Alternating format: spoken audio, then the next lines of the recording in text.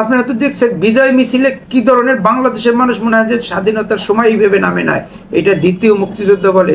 অতএব আমিও এটাও আহ্বান জানাবো, যদি ভারত আমাদের সাথে সেই আচরণ করে, প্রতিবেদীসুলভ আচরণ না করে, তাহলে আমি আজকের প্রধান উপদেষ্টার কাছে আহ্বান জানাবো যেন উনি একটা আহ্বান করে পুরো দেশের প্রতি।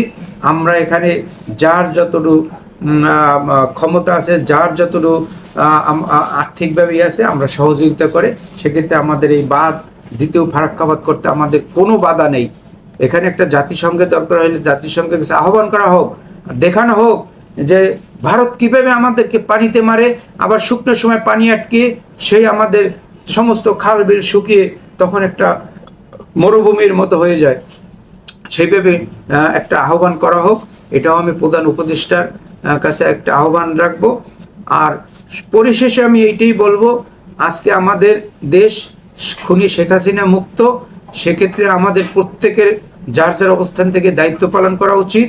এবং যদি আমাদের সেই সুযোগ আসে, আমরা যদি সুযোগ পাই, অবশ্যই আমরা এই দেশের প্রতি ভালোবাসা নিয়ে আমরা যত ধরনের দুর্নীতি, দুষ্কর্ম, দুঃশাসন শেখ হাসিনা আছে সেইটা আমরা নিজ হাতে তুলে নেব না, আইনের আশ্রয় নিয়ে সে আইন বাংলাদেশের প্রচলিত আইনের কাছে হস্তান্তর করতে হবে, যেন কোনো আওয়ামী লীগ নেতা যেন এই দুঃশাসন যারা করে গেছে আগামীতে যেন কোনোভাবে এই দেশের প্রতি যেন সেই দুঃশাসন বা দিতে পারে। যে আজকে আমাদের দেশের যে অবস্থা, ইনশাল্লাহ আমরা অল্পতেই উন্নত অবস্থায় চলে যাব।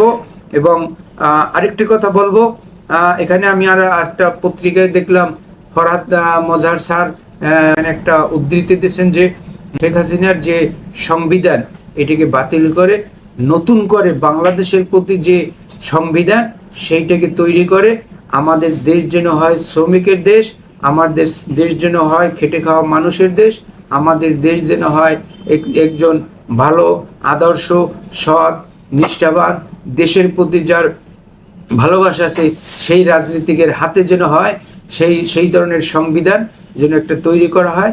আর শেখ হাসিনার সরকারকে যেন ওই সংবিধানকে বাতিল করা হয়।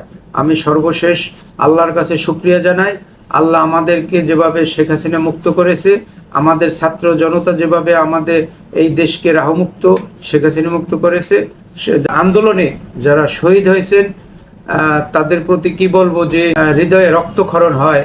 কিন্তু হয়তো যদি সুযোগ থাকে ভবিষ্যতে তাদের প্রত্যেকের নামে অন্তপক্ষে যেন একটি যাতে মানুষ স্মরণ রাখে সেই ব্যবস্থা করা, এবং তাদের জন্য আল্লাহ জান্নাত দান করেন, শহীদি দান করেন, এবং বীর শহীদ হিসেবে যেন ঘোষণা করা হয়। 2024 সালের জুলাই মাসে এবং 5ই আগস্টের আগ পর্যন্ত যারা জীবন দিয়েছে তাদের জন্য একটি দেশের যে কোনো অবস্থানে একটা জাদুঘর বা যেখানে হোক যেন একটা তাদের জন্য একটা কর্মশালা যেন সবাই জানতে পারে যেটা 24 সালের শহীদ এবং দেশের প্রতি তারা জীবন দিয়েছে, নির্দ্বিধায় জীবন দিয়েছে।